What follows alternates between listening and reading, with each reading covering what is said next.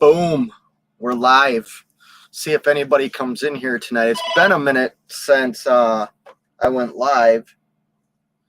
And of course, the minute I go live, I start receiving text messages. Let me respond to this.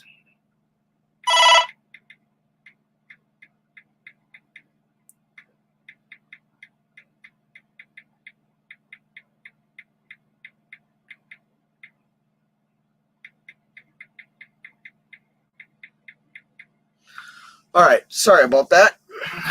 Like I was saying, it's been a minute since I've been live. YouTube definitely has taken a back burner to the things I'm trying to accomplish, not only in this business, but some other things that I do in life. YouTube's really taken a back seat, which is kind of, yo, Barry, what's up, man? How are you? Your comments are absolutely fantastic, by the way. So keep them coming. They make me laugh. That's your comments are the best. One of the best. You're usually in like the top 2 or 3 of like funniest comments. Gary Bates has some really funny comments too. But yeah, YouTube's kind of taken a back seat to things I'm doing, and I think we all know like the trucking industry has, its ups and downs, and I don't even know if I can say that I can say that I feel like I'm kind of in more of a down market, and the only reason is like volume, and volume from my customers, not volume on the load boards, volume from my customers. That's kind of falling off, which sucks because I like to haul a lot of customer freight. I think it's the easiest way for me. Oh, I just hit the camera. Easiest way for me to like set things up is to have consistency. And the way that I have been able to establish consistency in like revenue is with customer freight. I had a goal beginning 2023 of, trying to operate at like 75% customer freight. And I'm still holding strong to that. Like I would bet every 3 out of 4 loads or 3 out of 5 loads is a customer load. The thing is, it's not the loads I really necessarily want. D Compton's in the house. What's going on, man? We're just hanging out tonight. Fake Trucking's goatee. Has everyone forgotten me? Yes, the goatee and everything's gone. At least for the time being. I wanted to change some stuff up. When I shaved it off, it was one of those weeks that was just really crappy. And, I just walked in, took a shower, and was like, you know what? I'm shaving this damn thing off. I've had it for a long time, to the point where so I have a mole right here that I completely forgot I had. So it was a long time that I had that goatee and all that. So it's time for a change. But kind of like what I'm doing now, I have to adapt. I have to change. I made a big decision the other day, which is kind of a bittersweet decision. So I don't know if you follow my channel at all. By the people that have commented, you all follow my channel. I only have 6 people in here because I'm such a popular YouTuber. I sold my Mac. Definitely bittersweet. And that was something I was debating on doing for a long time. And it came down to a couple of things. I personally don't think I'm ready to be an employer at any level, whether it's a 1099 or a W-2. I just don't feel like I can put forth the energy that it would take for it to be beneficial for me. I don't want to give up some of the free time I have. I don't want to feel like I'm married to the trucks to the business and not be able to step away from it, or not be able to sleep when I'm out driving and I have a driver calling me. That's happened. So I wanted to like lighten the load. So I ended up selling the Mac. Definitely a bittersweet feeling. That truck was my first truck. I paid it off very quickly. It generated me a lot of money in the 2 years that I had it. It also cost me a lot of money, but it was something that I didn't know I was going to do. And then I made the decision to do it. And now hopefully somebody else can have a decent running truck. Not the greatest on fuel economy, but it can be a good starter truck for somebody. And maybe in a market that everybody says is down, maybe they can pay the truck off as quickly as I did and generate revenue for their new business. You know, hopefully that's what happens. Fate Trucking's go, or hold on. Hashtag Beard Game Strong. Barry says, you could solicit new customers. Look at the business plan of a successful lot lizard. Yeah, I try, man. I've actually worked. Here's the thing. I mean, a lot of people think once you lease onto a carrier that you're like giving up control, right? And once again, I can't speak on like having my own authority because I've never had my own authority. But I will say that I am leased on to a carrier that allows me to reach out to customers, people that I haul freight for, and ask them if I can be like a direct shipper for them or a direct carrier for them. And the DIY allows me to do that. And I've developed some more relationships closer to where I live. They haven't. One customer has panned out a few times. The other one I've only hauled 2 loads for. Every time they call me, it seems like they wait till the last minute to get a hold of me. Like I'll reach out to them, say on like a Monday. This happened the other day. So I took a couple of days off and went home for Wednesday and Thursday, got back out on the road today. I reached out to a customer on Tuesday and they didn't call me until yesterday. Well, I'm already booked. I booked a load last Wednesday for today, and I'm booked out all the way until next Thursday already. That's how I operate. I talk to customers, find out where they want me out on the East Coast, and then I plan my week out. So when this customer, 2 of them actually called me, I hashtag joke or whatever here, I couldn't service them. I couldn't give them what they wanted. Gosh, I put my foot in my mouth all the time. Thank goodness Cash is like on vacation or something because he'd be tearing me up right now. But yeah, I figured, getting back to it, like they wait till the last minute to get a hold of me and then there's nothing I can do, which I need to just understand, like that's how they operate and I need to operate and not wait on a customer, you know. So yeah, a couple more people. Yeah, no, dude, I have good karma right now, Barry. The Bulldog is going to go to somebody that was like me when I started out. And not that I am, all knowing or anything like that, but I was very, very green at being an owner operator when I became an owner operator. And that truck allowed me to purchase this truck, which, the fuel savings that I have in this truck pays for the truck payment. That I was shocked when I did my profit and loss for the month of February, because the month of February, all my miles that I drove were in this truck, and the fuel savings that I earned or that I got by driving this truck paid for the monthly payment, my payment on the truck. So that Bulldog's gonna go to somebody that wants to live out their dream like I did. And you can call it a ridiculous dream. And here's the thing. I am not one of these guys that like thinks being an owner operator is far superior than being a company guy. I was a company driver for over 20 years. There's a reason I was a company driver. I had a steady income. I had a 401k. I had security. I just wasn't happy. I am more happy today doing what I do, owning the equipment, dealing with the headaches, dealing with the stress. I am not ashamed, or like, there was times I made more money on paper as a company driver than I do as an owner operator. I mean, that's plain and simple. Part of that is I don't pay myself a lot of money.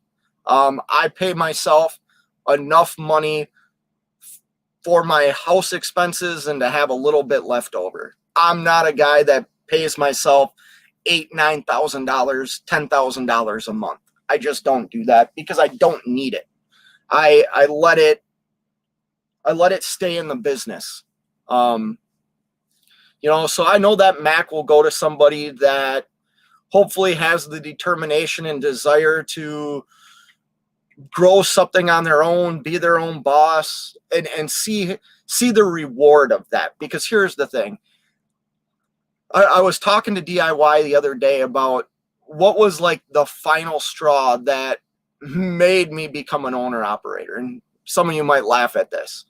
The company that I worked for, that I quit to become an owner operator, was a great company. I would tell people to go work there. There is no hard feelings with that company. The thing was that that pandemic hit, and I was a milkman. Like, I delivered all kinds of dairy products. I delivered yogurts, cheeses, butter, milk, things like that. Well, I was working 6-7 days a week consistently. Now I got paid for it. I made good overtime. But the problem was I would ask for a couple of days off, or say I'm taking my scheduled days off, like the days I was supposed to have off, and go ice fishing. And my boss wouldn't allow me to do it. He would say, we need you. I happened to be pretty high up at that company.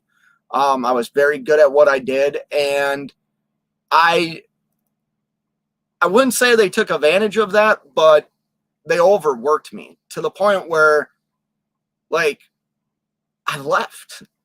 I thought to myself, the reward, my work ethic, and how I'm working this job, if I did it for myself, I think the reward would be higher. And I had sat down with the owner of the company to do a yearly review. And the owner of the company had asked me why I'm not out here doing this for myself. And I told him flat out it was because of fear. And 2 months later, I bought the Mac and went out. And, I'm very happy. I'm very glad that that's the route I took. But, there are times where I made more money as a company driver than I do as an owner operator. But I wouldn't trade it for anything. I want, the hard times are going to suck. That's just inevitable. But I signed up for the hard times. I signed up for the hard times, and I signed up for the good times. I'm a guy that my glass is always half full. It's not empty. I'm always going to find the positive in what I'm doing, because if I'm going to be negative, it's going to affect my business, and not just in trucking, but other things that I do in my life. It's going to affect me if I'm always negative. So I take the good with the bad, and I try and make the best situation possible out of it. But Mark Ely, who is getting 12.4 miles a gallon right now? I am. That is awesome, Mark Ely. Good for you. I'm not at that level. I am in the middle. I'm getting way better fuel mileage than I did in the Mac. The truck that I have is, it's an International with a Cummins. It's when I'm heavy, going through the mountains in Pennsylvania or Highway 68, I'm still getting 7 miles a gallon. It sometimes will drop down to like 6.9, 6.8. But the minute I'm out of the mountains, it starts climbing right back up. And the other day I was running across Illinois at, I think I was 9 miles a gallon. That's the best that I've ever gotten in a truck. I mean, without a doubt. But I know people that have Cascadias that, you know, get 10, 11 miles a gallon. I haven't achieved that in this truck yet. I'm not going to pretend I have. DIY semis in the house. What's going on? That's what she said. Lighten the load. Yeah, there we go. Fate Truckin's goatee. Did you sell me with the Mac package deal? No. I just cut you off and threw you in the trash. Part of the reason was, like, I was bad at, like, taking care of it. So, like, I'd bite into a cheeseburger or a sub sandwich, and all of a sudden I'm, like, chewing on my hair. I just got tired of the goatee. Yeah, well, welcome. I don't recognize your names, but welcome. I appreciate you stopping by. Kelly Patterson's in the house. What's going on, Kelly? How are you, man? It's been a while. Hope everything's good with you. I kind of miss your cooking stuff. I could never cook the way you do. Well, yeah, I could never cook the way you do in your truck.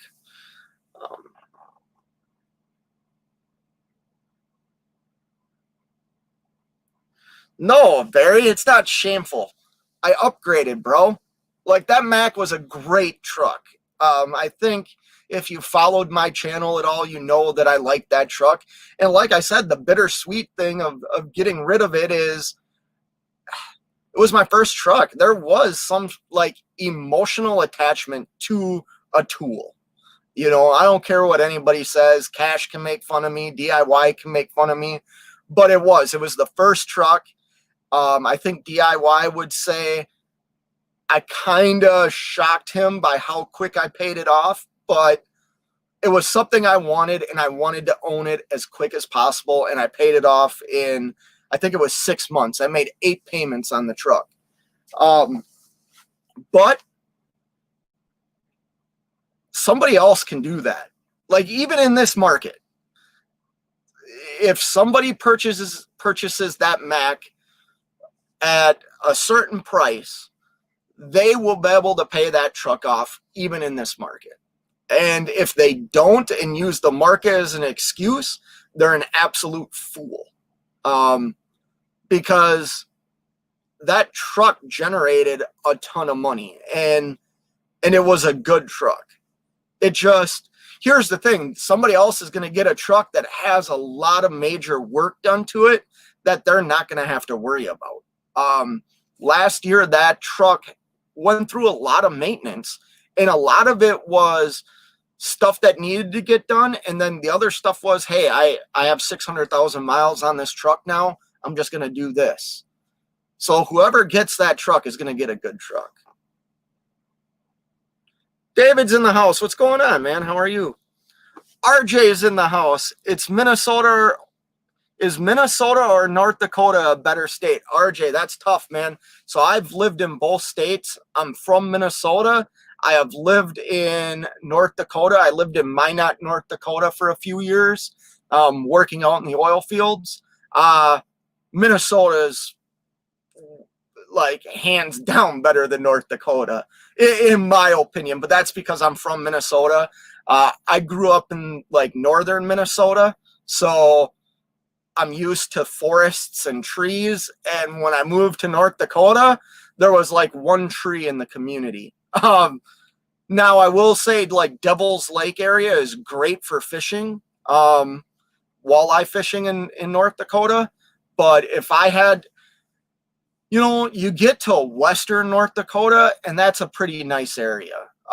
Start getting into the Badlands, that's a nice area. But I would still choose Minnesota over North Dakota. That's just because Minnesota's home.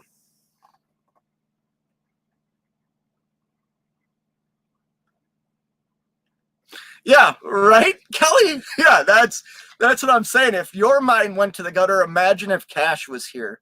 Imagine if DIY was still here. They would be tearing me apart for what I said. Mark says, but you can't make $150K a year as a company driver. I'd rather make less and call my own shots. Well, Mark, I do think there are some companies you can make that kind of money as a company driver. And yes, like I said, I make more money as a business than I did as a company driver. Right? I mean, I'm not saying that my business doesn't generate more money than a company that, like, when I had company positions. My business generates a lot more money than I ever saw as a company driver. I'm talking about what I pay myself, right? Because those are two separate things. At least for me, they are. So obviously my business generates way more than I've ever made as a company driver.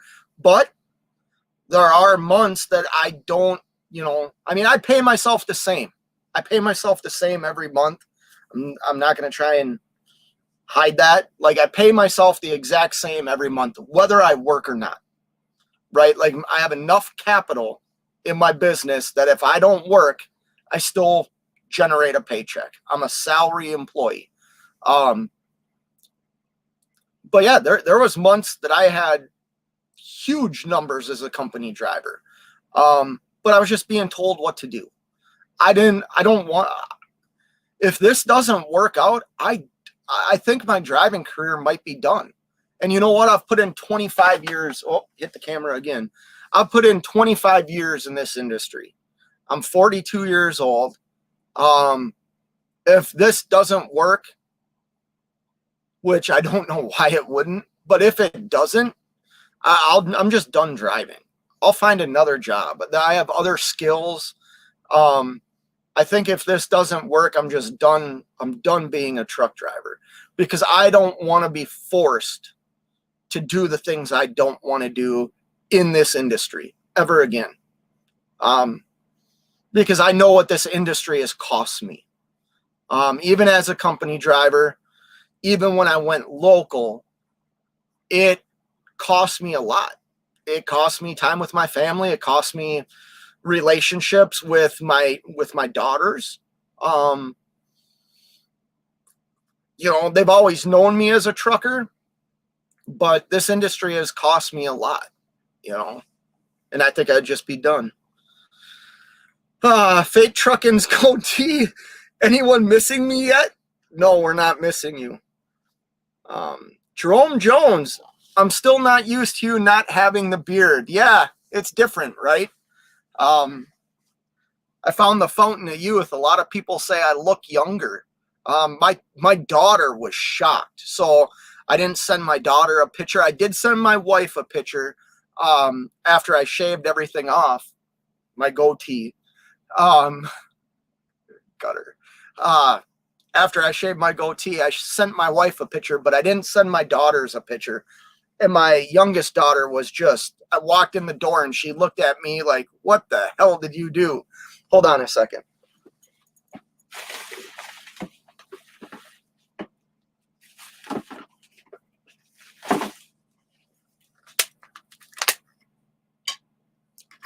All right, sorry about that. David says, hey, Mark Ely, I just subscribed to your channel. Well, thank you for doing that, David. If you guys have wrenches and you have channels, feel free to drop your channel link into the chat here.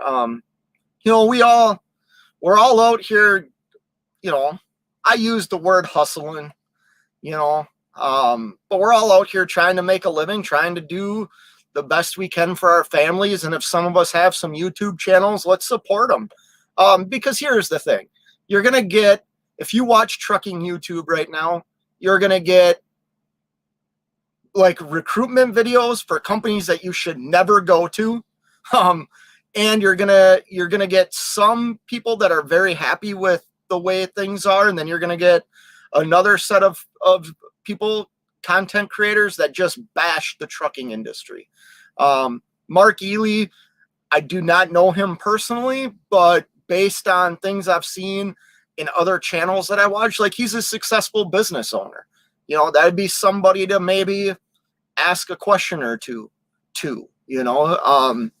Like I said, I don't know him at all, but just based on him and other lives that I watch, like he's successful at what he does. And I never really hear him like complain about brokers or complain about fuel costs. I mean, those are all things that the burdens that we carry, but you know, there's a difference between working in a system and in an environment that you just need to work, and then there's the other side where you're just going to complain about it. You know, I mean, but I'm also like, this is so stupid, and this is kind of like a philosophical thing. If I sit and complain about everything that is wrong with this industry, A, why the hell am I in it? And B, that is not going to allow, like, half my decisions are going to be based on like this negative thought process. I can't grow in business or in other things that I do in my life if I'm negative all the time. And it will start affecting you. The things you watch, the things you listen to, how you perceive things will affect you. You know, I believe in that. I really, really do.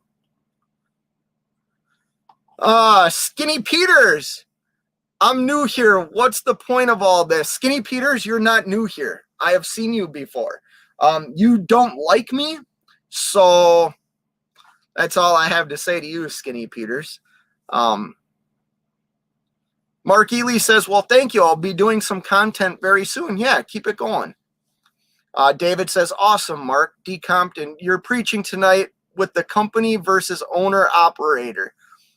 I don't think I'm really preaching, because what's good for me isn't good for the next person. That's what I've started finding out. And here's the thing. If you try and share some things that are working for you in your business, there are a lot of people that will attack that and have their own opinions on it, which is like fine. I have no problem with that. But I'm the type of person that just because, like, I have to learn, just because something works for me or I operate a certain way, or, you know, my personal finances are in order and I have money and I have credit, that doesn't mean everybody else has the same access to the things that I have. Now, I will say this. I think you starting a business, especially a trucking business, you should have some sort of capital. Now, there are people that do it with a few $100s, and, you know, good for them. Gets them out of where they were. And if this is better for them than where they were, who am I to say they're doing it wrong? It would not be something I would recommend to somebody, but I've learned over time that what works for me, or the advantages I have based on years of experience, based on how I live my personal life and things I've done in my personal life and assets that I have in my personal life, that doesn't mean everybody is the same, you know? So it's tough when you try and share your experience, like my experience, and it gets kind of ripped apart or torn apart a little bit. Like it's like, man, why am I wasting my time? I have no problem with company drivers. Like, I was a company driver for 20 years. One of the main reasons I'm doing this was I have a goal, right? And it's like a timed goal. I don't want to work when I'm older. So I've set my personal life up with other assets that I have in my personal life. And then I looked at being an owner operator might generate me the money that I want when I'm ready to step away. I could be wrong. It could all blow up. But I wanted the freedom to make my own choices, to make my own decisions, to to work as hard as I know I'm able to work. And then if I want to not work hard, I'm not being forced to, right? You know, I've made a couple of videos lately, or made a couple of videos in the past where I talk about driving 550, 600 miles a day, right? Oh gosh. And how that is not something I like to do. Well, when I was a company driver, I was essentially forced to drive my clock out every day. Which at times made no sense because I would have to sit and wait a day or two to get reloaded, right? So why did I work so hard just to sit? So like if I'm putting in 550, 600 miles a day, like that's hard work for me. I don't like to do that. I want to work, I want to drive like 350, 400 miles a day. And you know what? I'm able to operate that way. Like I pick my loads. I know the appointment times. So I can work the way I want to work, instead of being forced to do something that I might not necessarily want to do. And there's not, like I said, D. Compton, there's nothing wrong with being a company driver. I have no discontent for a company employee. There was a reason I was for 20 years. It was a good living. It was reliable. It was, it was fine. I just knew I wanted something different.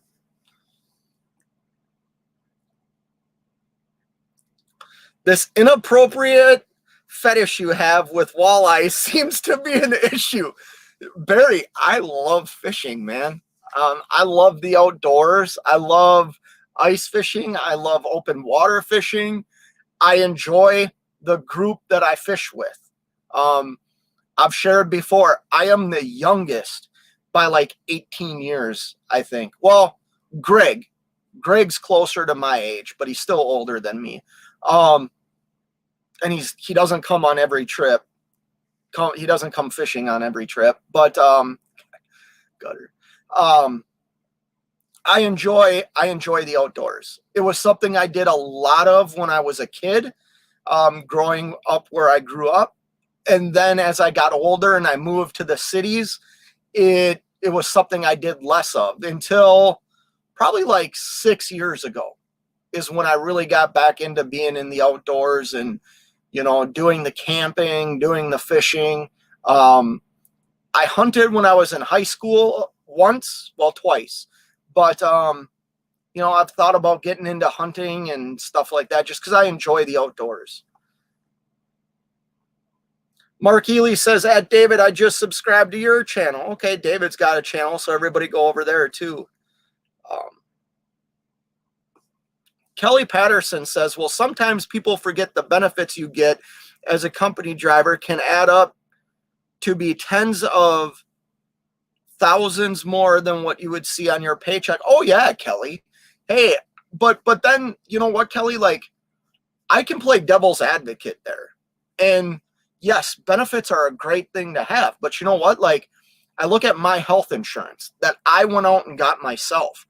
I paid less for my health insurance and have a better plan than I did when I was a company driver. Now, that took a lot of work and a lot of like reading different insurance policies and what that insurance covered. And, the list goes on and on. And I have better health care than I did when I was a company driver. But the company paid for that for me.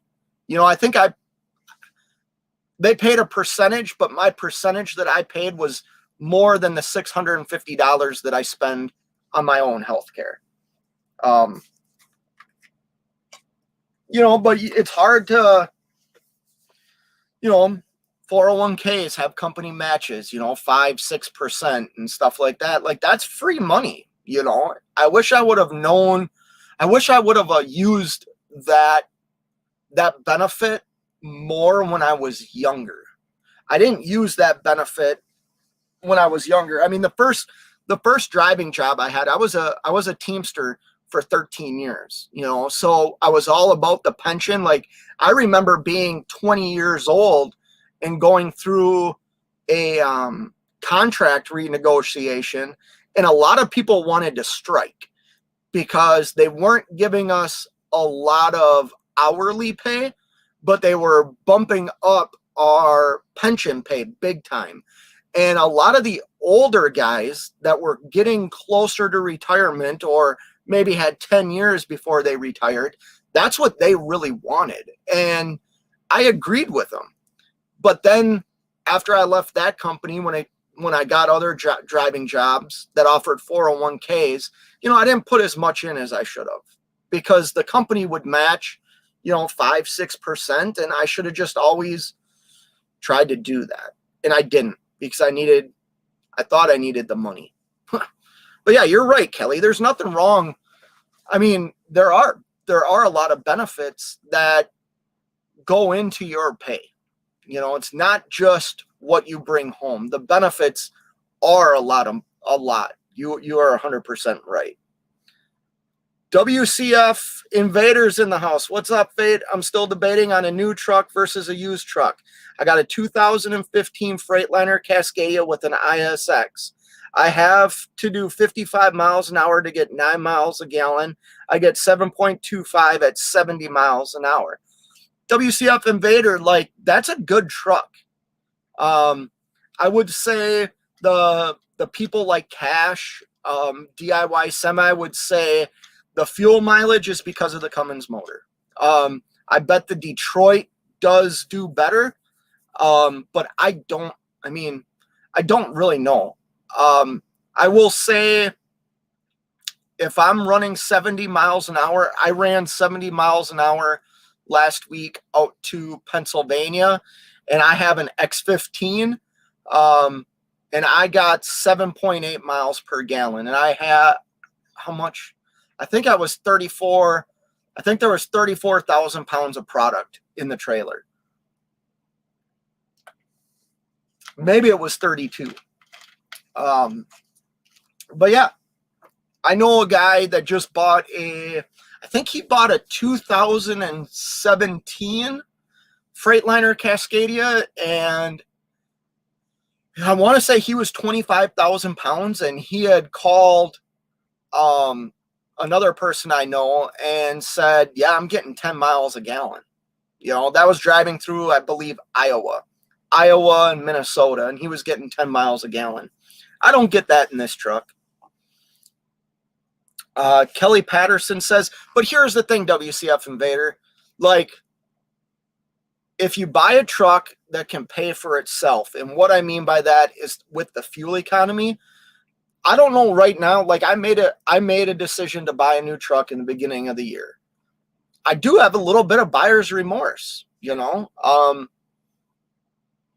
But when I did my profit and loss statement and literally saw that my fuel savings covered the truck payment, that made me feel a little bit better. But I did take out a loan. I owe a bank money. Like, that's a tough thing to do right now.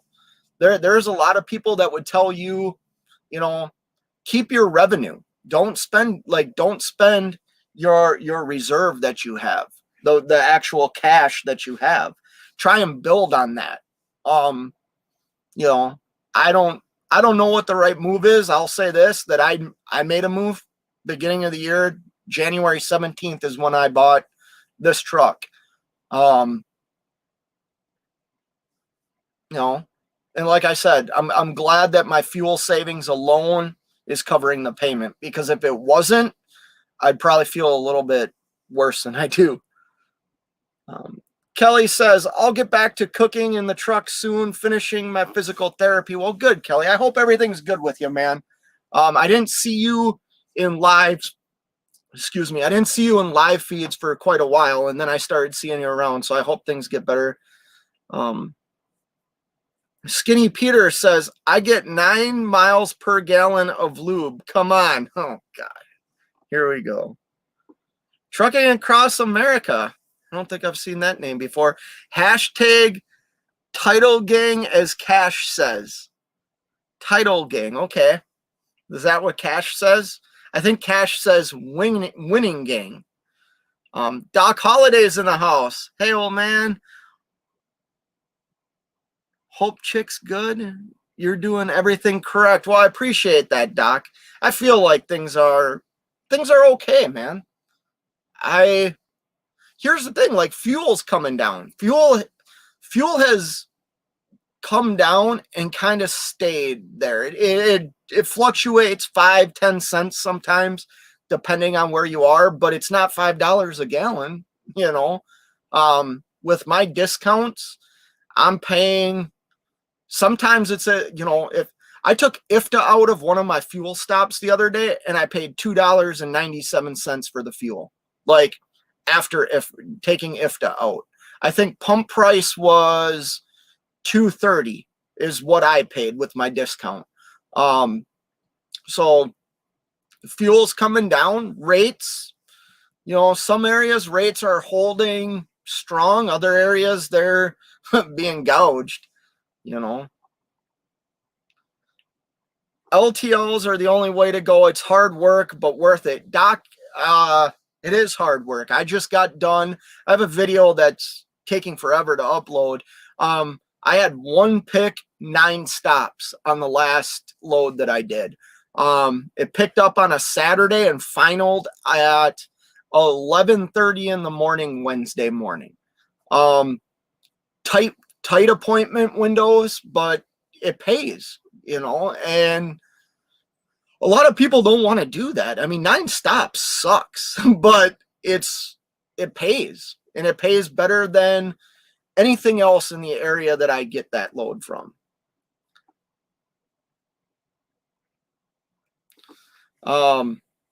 RJ says, I'm going to unsub now that you said that. I'm in Fargo. Well, I'm sorry, RJ. You asked me a question. I mean, you want me to lie to you? I would say stay subscribed because I give you the honest truth, or I give you my honest opinion. Truth is a strong statement because you're from North Dakota and you would argue that North Dakota is better. Fargo is a decent area. You got the Bison there. I would say Grand Forks is a cool area, but that's because I'm a hockey guy and I can't call them, what are they? The Fighting Hawks. They will always be the Fighting Sioux to me. In college hockey, great hockey team, by the way. But yeah, North Dakota wasn't for me. It was, 550 miles away from my friends and family.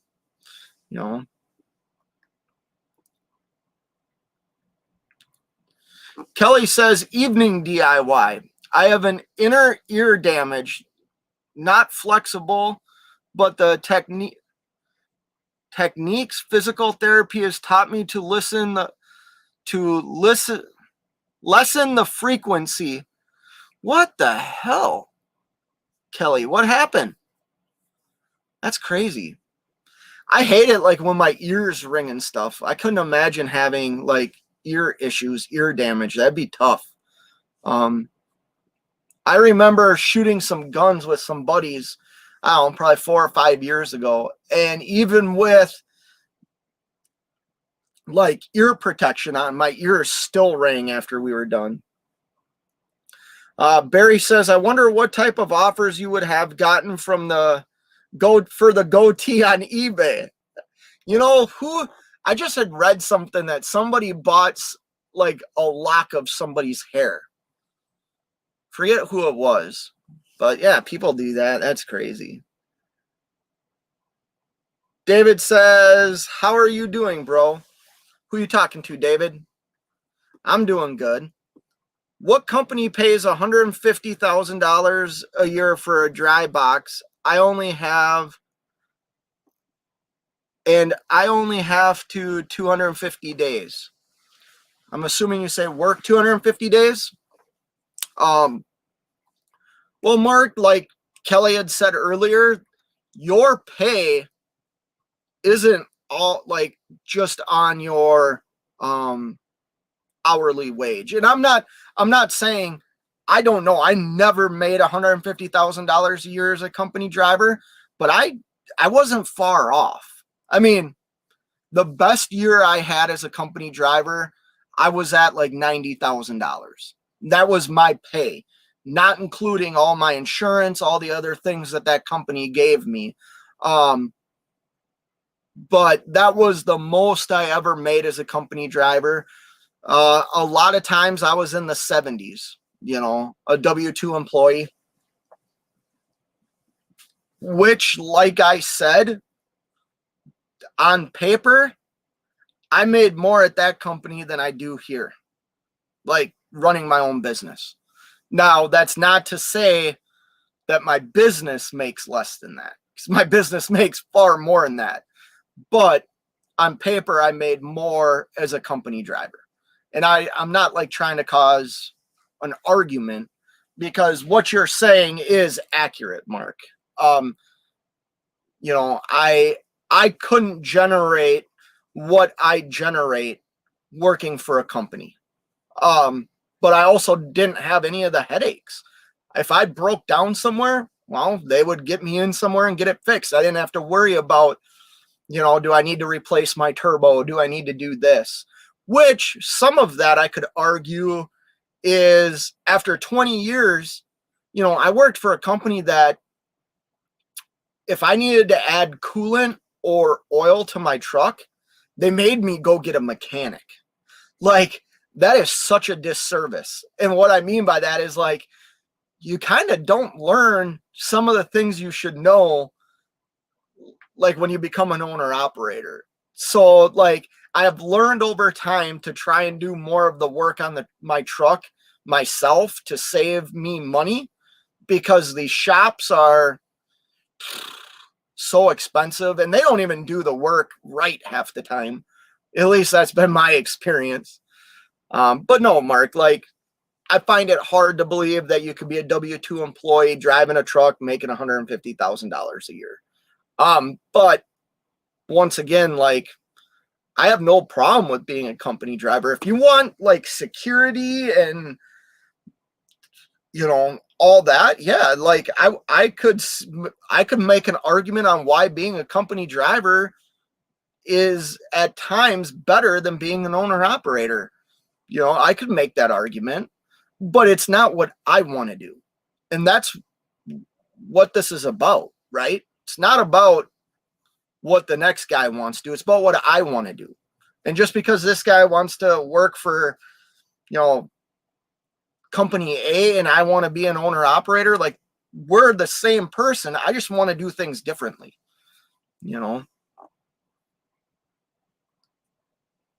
Trucka Dave, what's up, man? How are you? I don't recognize your name either. If you've been in here before, I apologize. But yeah, welcome.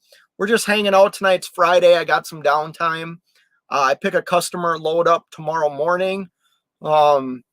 I'm not far from there. I actually might drive over there here in a little bit. I just hadn't been live in a while and thought, what the hell? I got downtime. I'll go live. Mark Ely says, going to bed, night all, be safe, ETA on time. Yeah, there you go, Mark. Well, safe travels, Mark. Take it easy. 7 C's Transports in the house. Man, where have you been? Hanging out, bro. YouTube is definitely taking a back seat to other things I'm doing in life. But I want to try and do a little bit more. It's just time and crap like that. Jerome Jones says, Fate Trucking, what's your email address? Interested in the International Pro Star. If you go to my channel page, my email's in there. I believe it's trailertruckingf8@gmail.com. But it's on my page. I forget where, about, I think. But yeah, go ahead. So I have an LT, Jerome Jones. I do not have the Pro Star. I have the LT.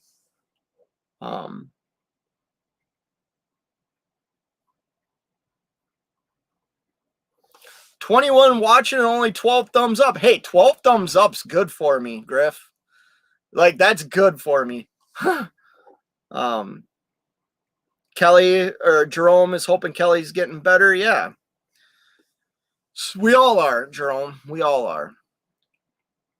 Kelly says, well, I used to work for GP Transco, technically got fired, but recommend them. My needs and theirs just did not align. Yeah, Kelly, that's the tough thing about trucking, man. Like, I mean, and I'm not talking about you in particular. I'm just saying in life in general, like, here's the thing.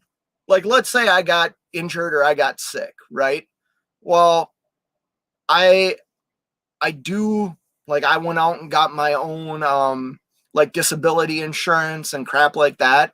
But let's say I didn't have any of that and I got sick or I got injured. Like, my business better have enough capital to survive that, or I'm out of the game. You know what I mean? If I worked for a company, you might get disability pay and stuff like that, where if you need an extended amount of time off, FMLA, like, you can be granted those things. But yeah, finding a company that works for you, that's a tough thing to do, you know? And I'm sure you'll be fine, Kelly. I'm sure you'll be fine. I just lost this. Every time I wonder if this will work. Every time I try and read the comments, I hit the camera. Oh, I just highlighted everyone. There we go. How do you enunciate your name, sir? Hamza? I'm sure I butchered that. If I butchered that, I apologize. Reading and enunciation is not my strong point. So if I butchered your name, I apologize, but welcome. 7C's Transport. Man, you can't worry about what everyone thinks about your business. I mean, any second you're going to start ragging on hood trucks and I'll still listen. LOL. No, so that's the other thing, man. Like, I'm over that. Like, listen, here's the thing. Who am I to say that that is a bad business idea for somebody? I believe it is at a personal level. I would never do that. I would never drive a hood truck as much as I love them. But to continue to bash somebody or rip on people for it, what good is that? And then it makes people like 7C's Transport hate somebody like me. You know what I mean? It just ain't freaking worth it to me. The way people operate is the way they operate. And if they're comfortable spending more on fuel than me, like, who am I to say they're doing it wrong? You know, it does not align with what I want to achieve. But like I said, my achieving something is a time frame. I believe that's Kelly's link right here. There's a tasty meal you can make in your truck. I'll check that out, Kelly. But that's okay, because I'll talk junk about your $50 t-shirts again. Yes, you will, 7Cs. And that's the thing, bro. Like, I don't have to pay to get trimmed and shaved anymore. But yeah, there's things I spend money on that somebody would look at and be like, that is absolutely ridiculous. You know, but for me, it makes sense. Grade A Transportation's in the house. What's going on, man? Good evening, Fate and Chat in Wisconsin with my family. Oh, my goodness. Grade A, man, I am so sorry to hear that. His father passed away. I'm sure you all can read the chat. I am so sorry to hear that. If you want to talk at all, if you have some time away and want to talk, feel free to give me a call, bro. I am so sorry to hear that. That's sad. I feel for grade 8, man. That sucks. That sucks. How do I rebound from that? And I don't even know the man, but I know grade 8, and I couldn't imagine. You know, I'm 42. My parents are getting older. I couldn't imagine. You know, I know some other people that are going through things with their families, and definitely gives you perspective on things. But yeah, my thoughts and prayers go out to you and your family, Grade 8. Wheel Burner Express is in the house. What up? How are you doing, man? Maybe he should shave. How much would it cost for us to get Wheel Burner to shave off his beard? What do you think? He's doing the ice road stuff, right? Are you still out there? I saw one of your videos. I haven't watched a lot of YouTube lately, Brian, so I hope that you're still out there on the ice roads. The last video I watched, you were they were changing. I think they had overloaded a trailer or something like that. You were switching some of the load to another trailer, showing us like all your preparations, all the tools, all the anti-gel and everything you had in your truck. That is crazy, by the way. That'd be fun to do. Is that up in Canada? Right? You're in Canada doing that, right? I don't think that's something I could do, right? They wouldn't allow me as a U.S. citizen to come over there and drive on the ice roads, right? I'd have to go to like Alaska. I don't know. I don't even know if that's accurate. I'm just talking now. I don't even know. Kelly Patterson says, no matter which decision you make, there are going to be pros and cons to it. You have to make a decision that is right for you. I fully agree 100% with you, Kelly. And like I said, what is a pro to me, you could view as a con. And there's nothing wrong with that. Do you want to spend $75,000 a year on fuel? Like, there's people that say that is ridiculous. Why are you doing that? And they have an argument, Kelly says most pick and drops I've had was 13 picks and 12 drops. Holy crap. I've never done that. I think the most picks I've had is 3. And that all went to one drop. 3 picks, 1 drop. But I do have a customer that I work with out on the East Coast that it is usually 1 pick and anywhere from 7 to 10 drops. It's a lot. And they all, like the lane I run for them is I usually start in like Michigan or Illinois and finish in Minnesota.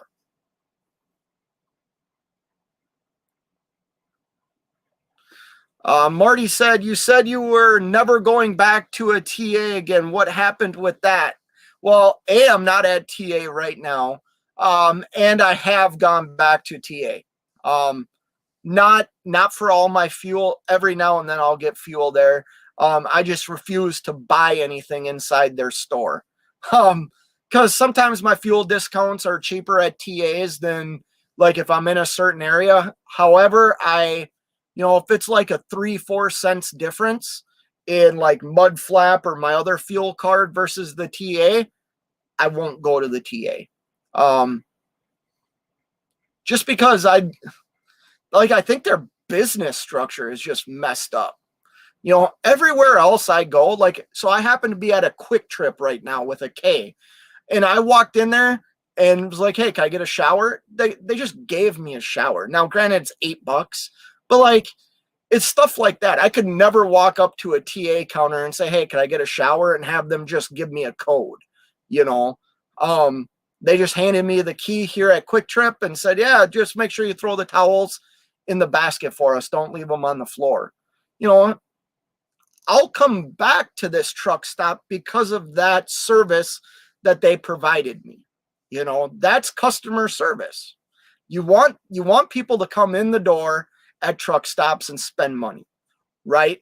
Well, the way you do that is at least for me, if you give me something for free, I'm probably going to buy something, which I did. I bought a dinner, what'd I buy? Ravioli dinner that I should probably think about eating. Just Truckin's in the house. What's going on, man? I missed your live. I was taking a nap, but Just Truckin says rolling and listening. Well, thanks, brother. I appreciate it. Be safe out there. You're going back from Florida, right? Is that where you're at? Doc says, be careful with that Justin guy. Yeah. Mo, what's going on, man? How are things going, Fade? I've been making great money doing tanker, hauling food grade. I'm on track to make between 80 and 90 grand my first year. Congratulations, dude. I remember you talking about that, about the company that you were thinking of going to work for. That's awesome, dude. Congratulations. I don't know anything about tanker work. I've never done it. I know, I mean, I only know one guy that does tanker work consistently. So I'm glad to hear it's going well for you. Wheel Burner saying what up. DIY Semi says, check your numbers. What numbers is that? DIY. Check your numbers. LOL. I don't follow along. Marty's asking Brian or Wheel Burner what time zone he's in. I'm trying to buy my own truck in the next year or two. Should I do it? Or probably what would I say? Should you do it? Hey man, I don't know. Like, my initial reaction would be get a little bit more experience. But that's also because of what I've seen drivers do to their own equipment that don't have a lot of experience. But is it, if you want to do it, do it. Like, I don't know, man. I think I'm glad that I made a decision to purchase my own truck. And I'm glad that I haven't gone back from that decision. Understand what buying a truck really means. It means you are responsible for everything. And I don't care if you have a warranty or not. Like, you are responsible for everything. And if you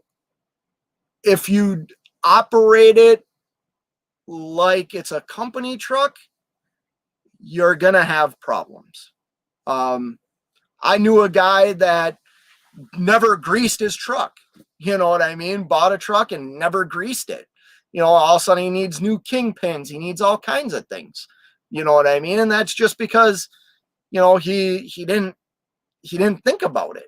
You know what I mean? Don't know how, but he didn't think about it. So like, the only thing I would say is maybe get a little bit more experience, but then again, maybe you're a quick learner and don't need that experience, don't listen to me. Ask somebody else. He's in the Eastern time zone. Whoa, just getting into box trucking, waiting for my authority. Awesome, man. That is good news. I have a buddy that just got his authority like a month ago, and he's running hot shot, and he's actually doing pretty good. Like, I didn't think he would be doing as well as he is, as quick as he is. The other side is, like, this is a retired military guy that owns his house, has a great retirement through the Navy. Like, he's not like me, meaning his retirement takes care of his family. He's literally trucking on his own authority with this awesome setup. I mean, he put a sleeper on his hotshot truck. I mean, it's phenomenal. But like, he's in a different category, and that's what I told him. Like, the fact that he's already generating revenue, running under his own authority for 1 month, like, I'm very proud of him. And I tried to talk him out of it, to be honest. Like, I wouldn't do this if I was you. You're going to spend all this money, and I don't know if you're going to be able to recoup it. And you know what? He's proving me wrong.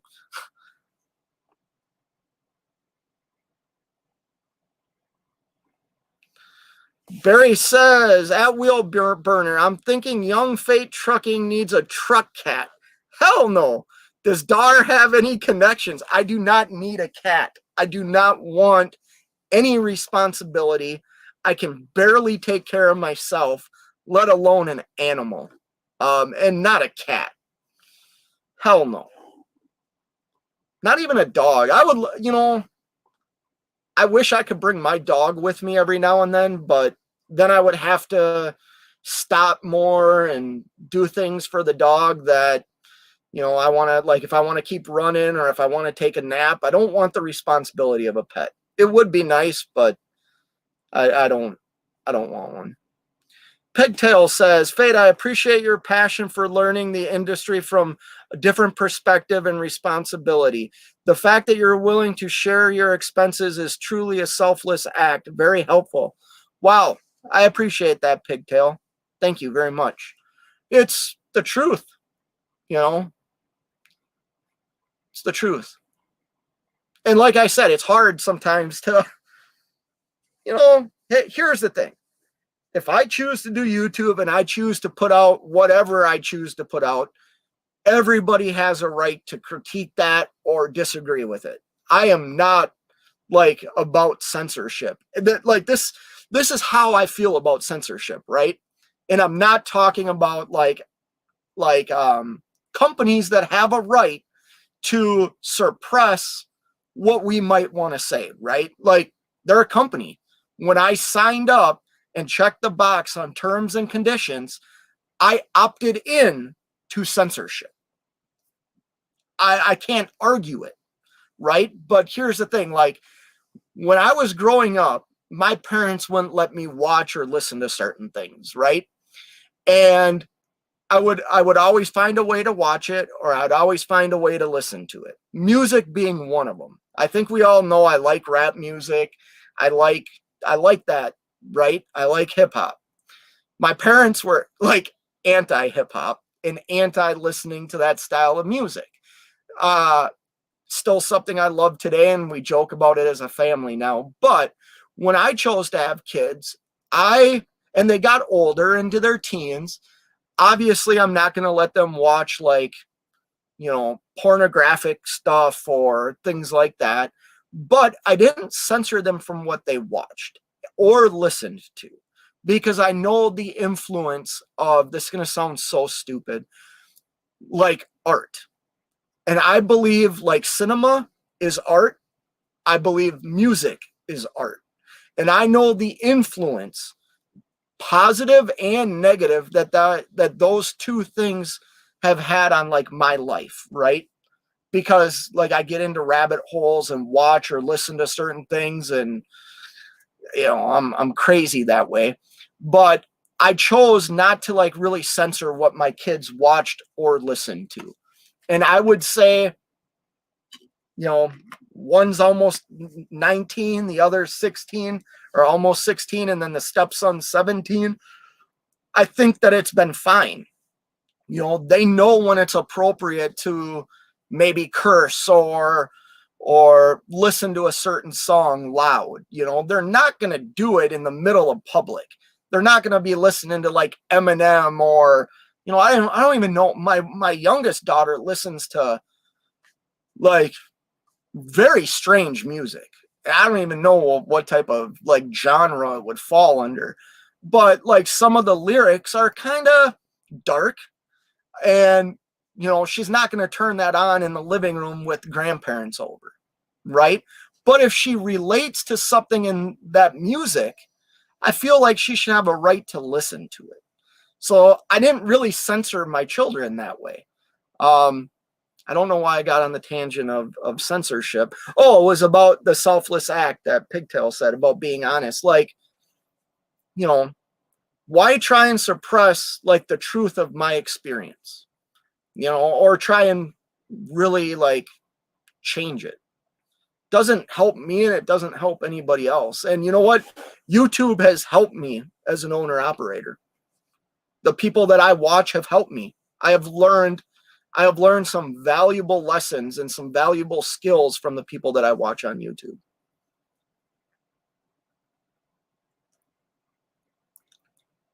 I hate to be nosy. You live in Wisconsin? No, I don't. Soda kid. I live in Minnesota.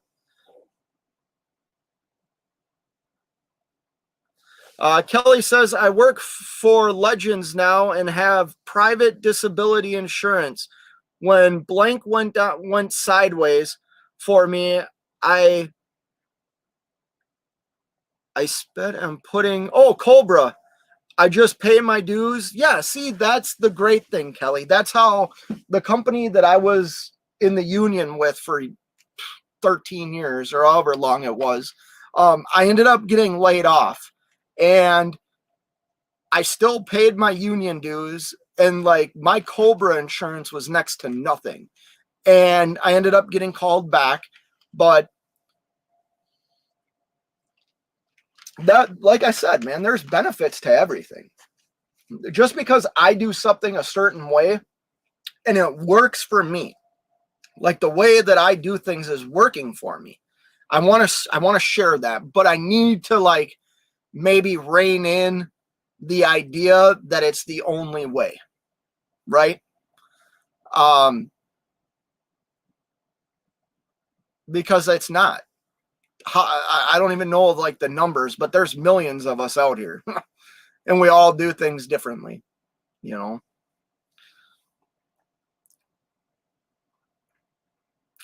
Wheel Burner says, however much money you could come up with to get me to shave, you can then donate it to a charity of your choice. Wheel Burner, we should do that sometime. Let me grow my, well, yours is way more like, what's the word? It was kind of like, remember when James Best shaved his off for that charity that he was doing? Like your beard is like you know what I mean? My goatee really wasn't me, but it'd be fun to do that for charity. Wheel Burner says, I'm at home right now, but I'll be heading back to the ice road on Tuesday. Well, be careful, bro. I don't know how you do that. Like, it's almost springtime. How long can you run on those roads? Let's see, probably April. Well, I guess I don't know how far north you are, but I would assume like April, middle of April, right?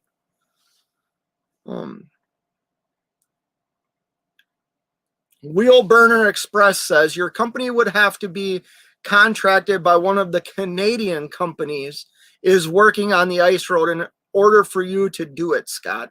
Okay, and I'm not saying I want to like see it. I don't know if I want to do it. I had a really scary experience of, man, it was probably I want to say 10 years ago, and it was out in North Dakota. It was out on Highway 2. A blizzard came in and they ended up like bringing out the National Guard to get us out of our trucks and things like that. It was absolutely ridiculous.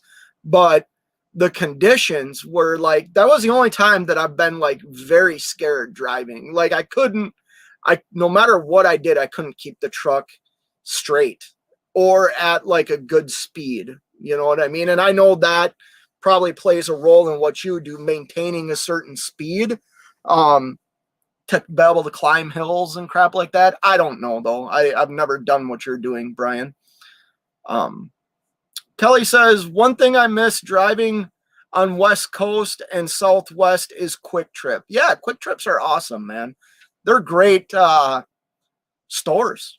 Like, especially now that a lot of them, there's been a lot of new Quick Trips that have been built that are truck stops, and they're freaking fantastic. They're fantastic. Hold on a second.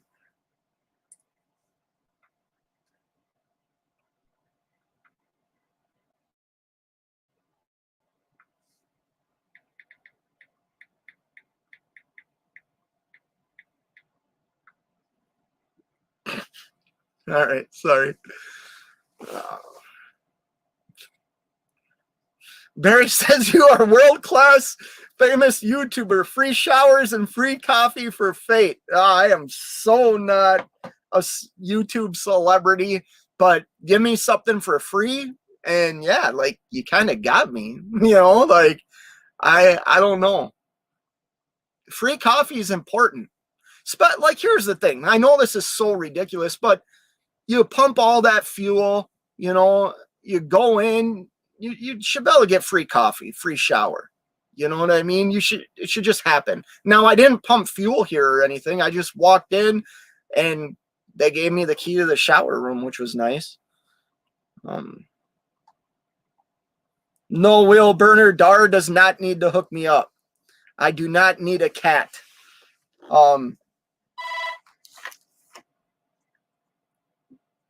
Okay. Yeah, I don't need a cat. My wife wouldn't want me to bring a cat home anyways. I brought a dog home once and now she has to take care of it.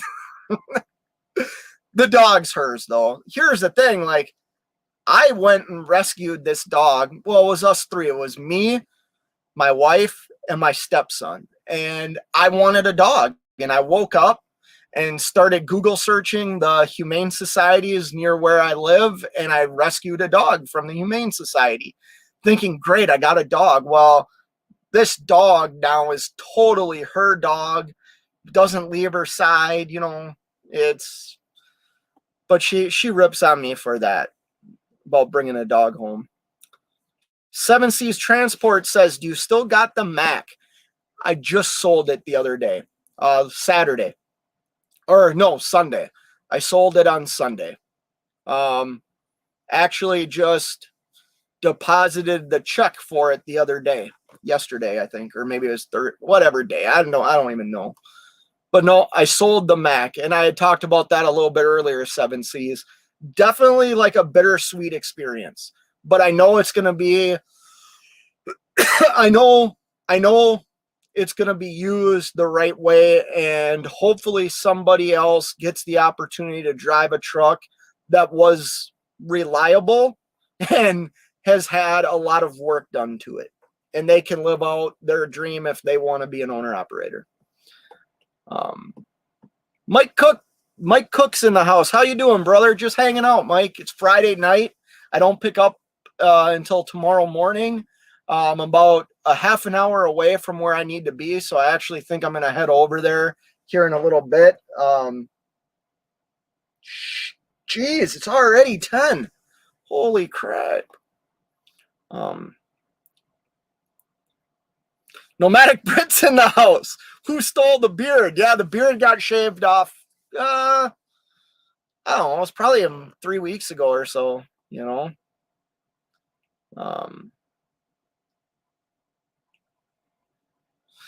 Barry says, Pete, you already had a bulldog and you sold him. Dogs are not willing to team with you anymore. You should get a cat or a badger. Is that what that says? Badger? Yeah. Badgers are dangerous, man. They're mean little animals. And no, like cats are cool. I have nothing against cats. I just can't see. The truth is, like, I couldn't see having an animal in a truck.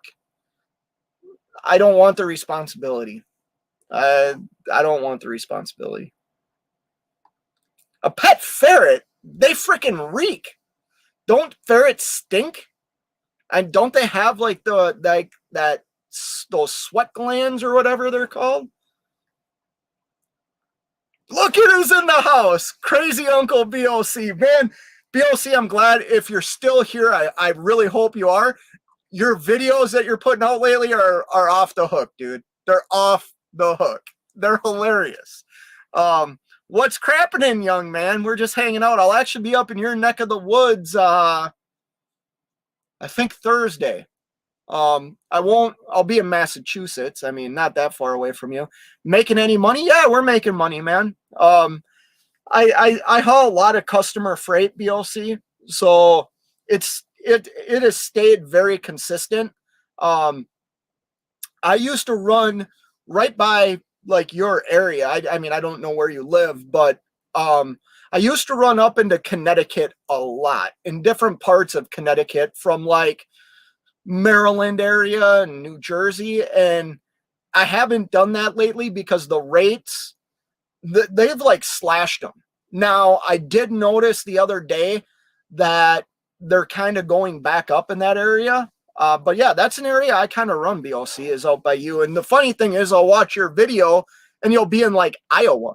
You know what I mean? And in my mind, I'm thinking, man, like I've ran the Northeast New England area and made pretty good money. And then I'm looking at you and you're out in my neck of the woods. You know what I mean? It's funny. Like, I go to your area and you come out to like Iowa, you know, or Nebraska.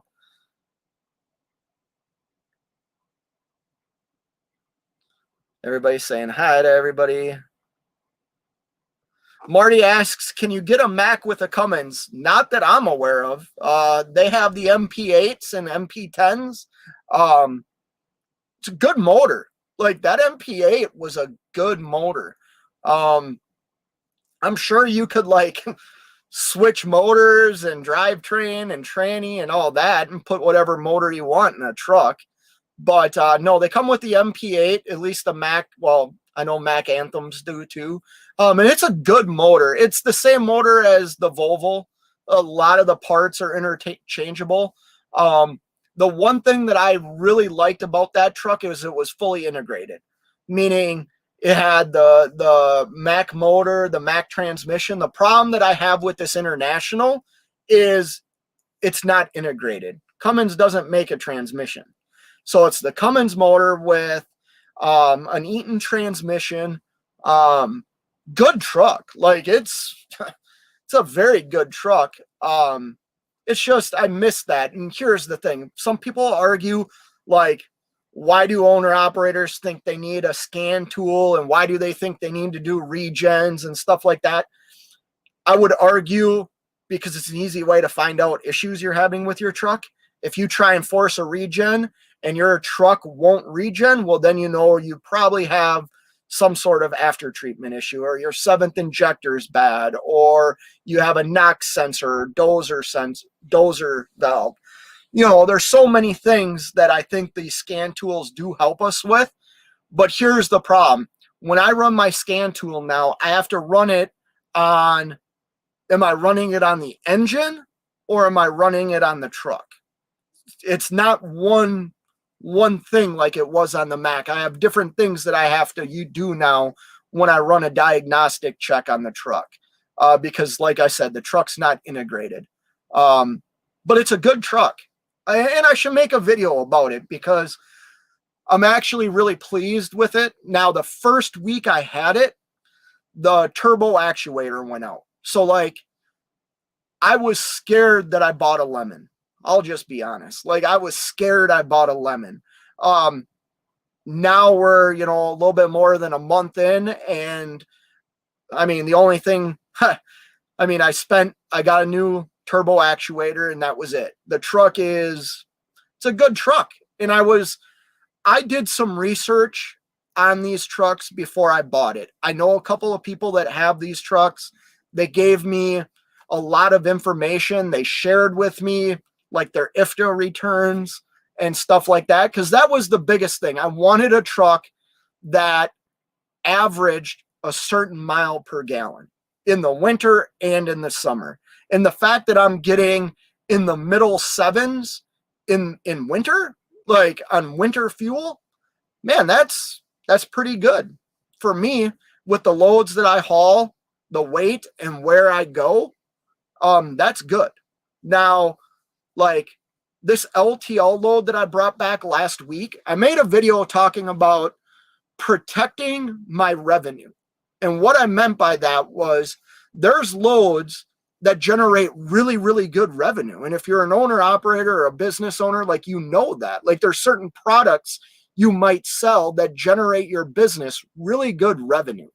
So what I wanted to do was protect that good revenue. And I had a load that went from Minnesota to New Jersey. It paid like just under $4 a mile to go out to New Jersey. So that was a high revenue load. And I wanted to protect that without trying to spend a lot in fuel. So I took two short loads. I took a water load for $500, and I took another like 2,000-pound load, was 7 or 8 pallets for $1,000 or $800. So I generated $1,300 in like 14 hours of work. And then coming back to Minnesota, that's a really high revenue load for me too. Well, I only spent I spent under $1,000 in fuel. So by picking up those 2 little short loads, I protected the revenue that I made going out to the East Coast and the revenue I made going back to the Midwest. And that's what I'm trying to do right now. Like, I took a load today from Minnesota to Wisconsin for $950. That is going to be all my fuel to get me all the way out east and probably until I get to Massachusetts. And then I'll have to fuel up in Massachusetts and then get a load that brings me back to the Midwest where I'll have to fuel up one time. So I'm looking at these in-between loads as protecting like my good revenue.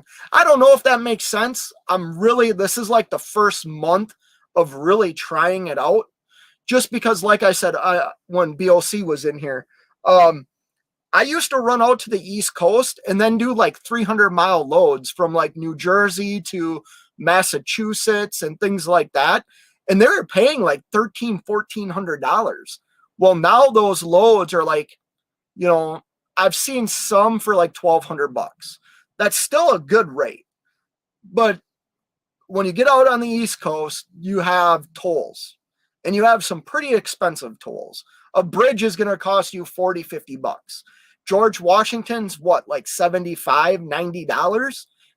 Like, you have some costs when you get out there. So instead of me paying those costs, I took some short hops knowing I wouldn't have to pay any tolls and generate enough money to cover my fuel costs. I don't know if it makes sense, but I'm trying it. And it makes sense in my mind, so I'm going to do it.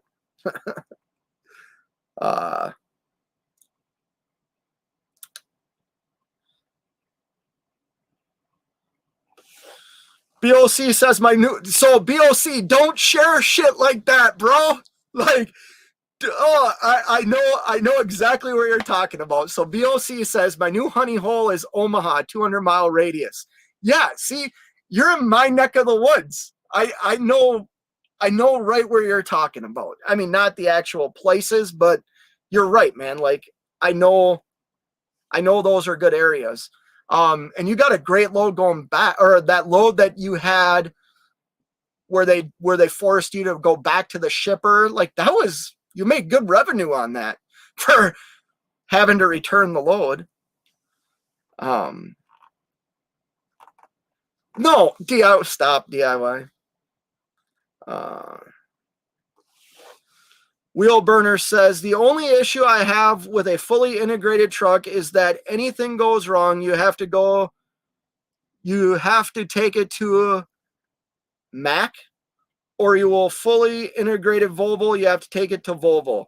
You can take that International to any dealership that can work on it, whether it be Kenworth, Peterbilt. So I'm glad you brought that up, Wheel Burner, because that is why I chose to go with the Cummins instead of the A26 engine in the International.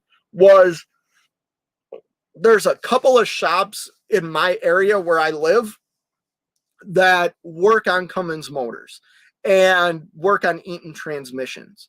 That's why I chose to get a Cummins motor versus the A26. Now, I have in Minneapolis, there is a huge International dealership. They're like one of the top, how do you say it? Like, they're able to do things at that shop. Like, say you break down somewhere in Wisconsin and your truck needs a certain thing done. They're going to either get the part from the Minneapolis dealership or they're going to send the truck there. The other cool thing with International is once they put in your VIN number, that gets sent to Navistar. Navistar tells them this truck can only be in your shop for like their turnaround time, so you don't have a lot of downtime, is really low or like really high, however you want to view that. Like, your downtime at an International dealership, unless it's catastrophic, is like their turnaround is really, really quick. For example, like the turbo actuator. I showed up there that day at like 10 in the morning. I was out at 5 o'clock in the afternoon. They got me in. They diagnosed what was wrong. They made sure they had the part, and then they went to work on it, while they were still working on other equipment, so worked out for me. Nomadic Brit says, I'm heading to Grand Forks, Minnesota next week. You mean you're heading to Grand Forks and Minnesota? Because Grand Forks is not in Minnesota. Grand Forks is in North Dakota. East Grand Forks is in Minnesota. But Grand Forks, so I think you mean you're heading to Grand Forks and Minnesota. The weather's not terrible in Minnesota right now. I think it was like 34 degrees yesterday. It was like the same today with no wind. It was actually really nice.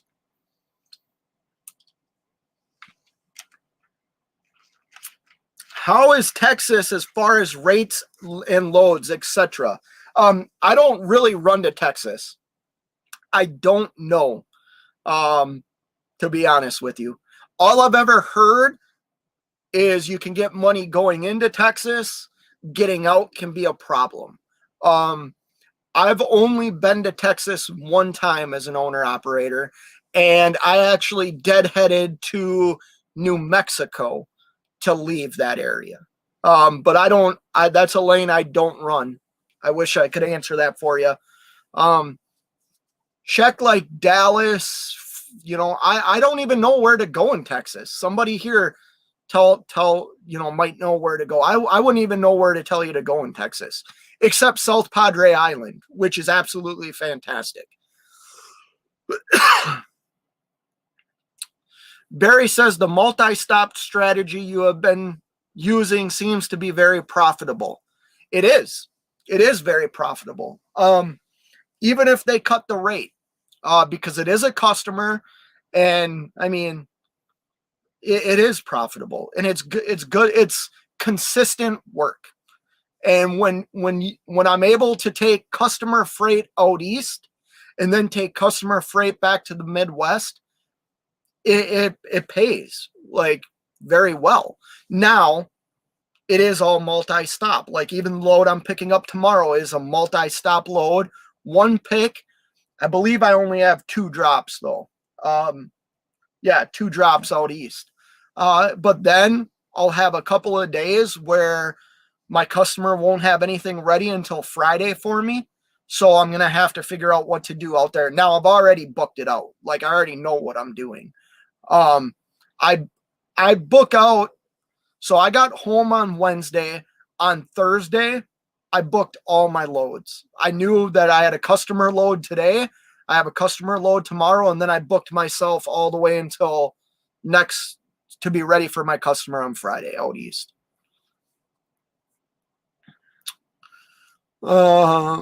Crazy Uncle BOC says last trip, 13 days, 5,035 miles, 12,805 gross, 250 or $2.54 all miles, $3,684 in fuel, average 4.81. That is nuts, but that's because you travel at like 75, 80 miles an hour. I've seen the video. And I know that you said you got your APU up and running. Hopefully that's the case. I hope that's still running. Otherwise, you're running that truck all night and keep you and that dog warm.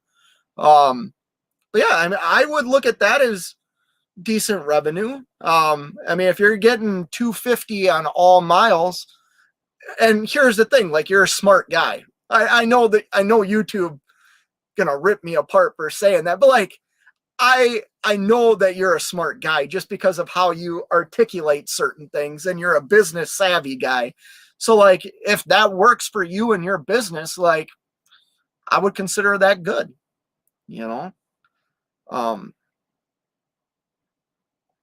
New truck will have a Series 60, 7.5 miles per gallon truck, paying for itself by November. Well, that's awesome. I know the carrier I'm leased onto, he has a Columbia with a Series 60 in it that I've driven a few times, and I would say it was winter time when I drove it, and it was all on the East Coast back to the Midwest, and I was in the high 6s, low 7s for fuel economy, and that was with a 10-speed. Great truck. I wish he would sell it to me. DIY, if you're still in here, sell me Big Orange.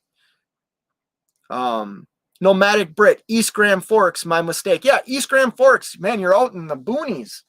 Yeah, that is in Minnesota. Yeah, sorry I couldn't give you more information on Texas. BOC doesn't have a wrench? All right. Who else doesn't? You know, I'm so bad at going back and watching YouTube. Oh, now my voice is going to be all.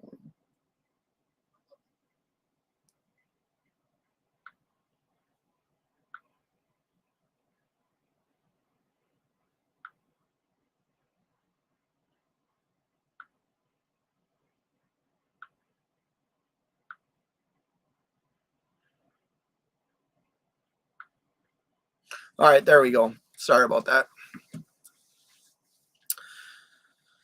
Stuart's in the house. What's going on, man? Or Wheel Burner says, holy crap, BOC 4.8 miles per gallon. Yeah, but he's in an old Western Star, right? Like, what? Like, that's what that's going to get.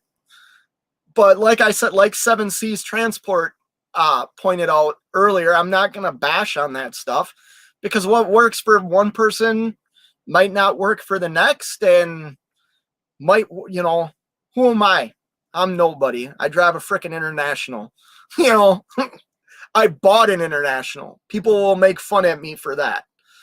Stuart's in the house. Jackknife TV's in the house. What's going on, brother? How are you? Did you make it home safely, man? I've been watching your videos the last couple of days with you towing that truck.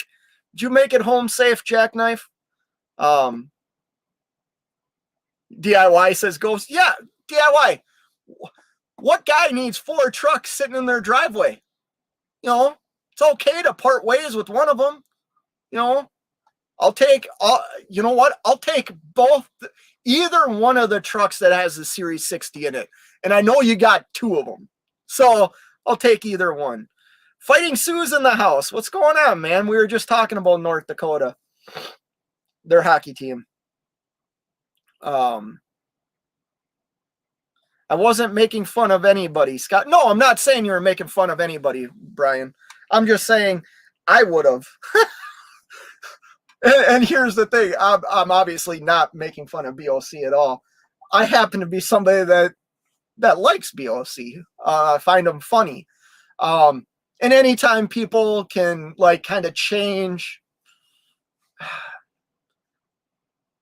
what they're doing, you know what I mean? I would much rather watch content from BOC that is funny, that is talking about the crazy stuff he's experiencing at shippers and receivers than, you know, whatever. Like I like that stuff. That's the stuff I watch on YouTube. I'm not a big guy on like beating up other people, and you know, that's just not who I am. You know, but yeah, I know you're not making fun of anybody, Wheel Burner. It's just like I said, that's something I would have made fun of. Like you're throwing money out the window. Somebody that's like, I mean, we've all watched BOC, right? Like he likes money. I mean, he's walked around with big stacks of money. You know, imagine if he had a truck that was 7.5 miles a gallon. How much more of that 12,000 you could have kept? My dinner plate, I need to put it away.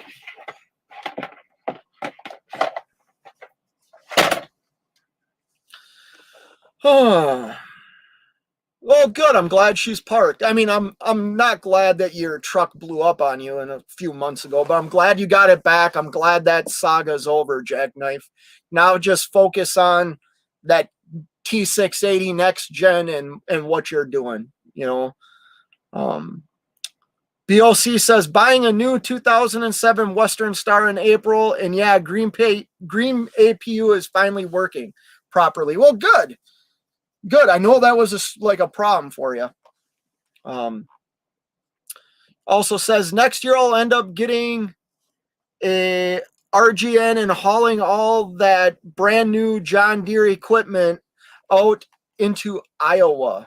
Yeah, dude. So that's my buddy. I was talking earlier about my buddy that just got his own authority, and he's doing like hot shot stuff. His setup is absolutely ridiculous. It's as like he might as well have gone out and bought a tractor trailer.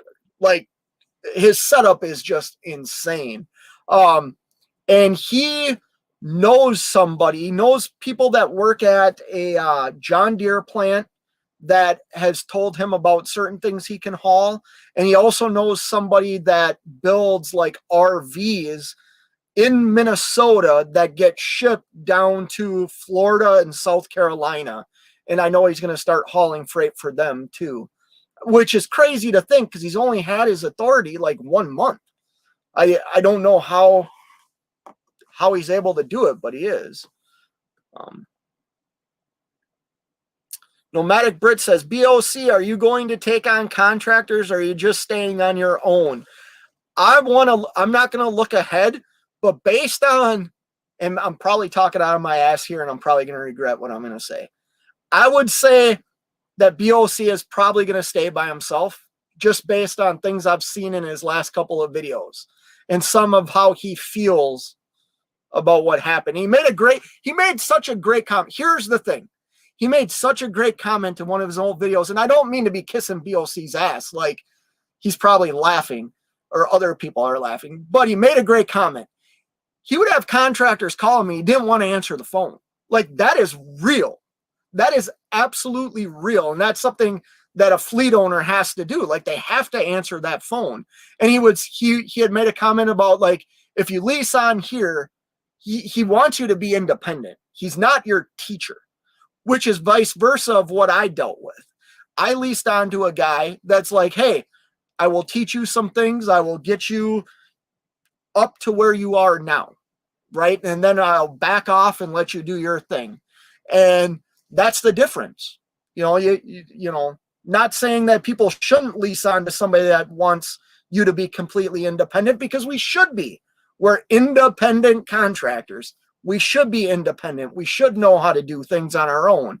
But some carriers take that responsibility on. And BOC, if you're still in here and I misspoke about you, I do apologize. But I was merely saying like what I have heard you say the last couple of videos.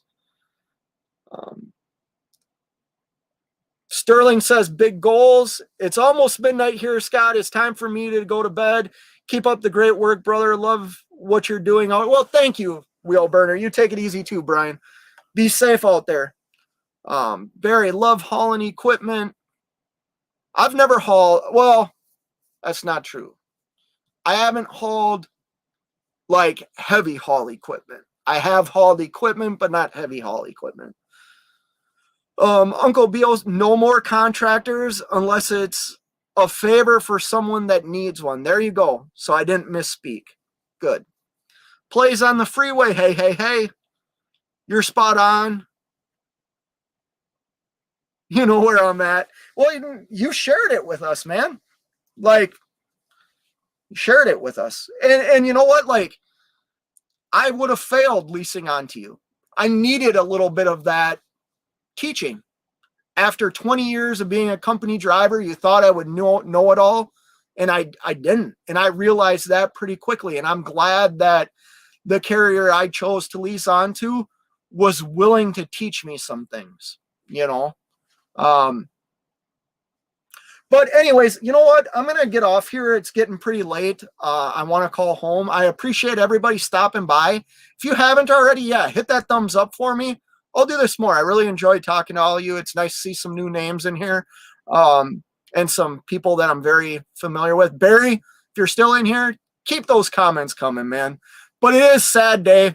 The Bulldog's gone. Brian, thanks for stopping by. Stuart, Nomadic, DIY, everybody. Jerome Jones, BOC, Just Trucking stopped by real quick.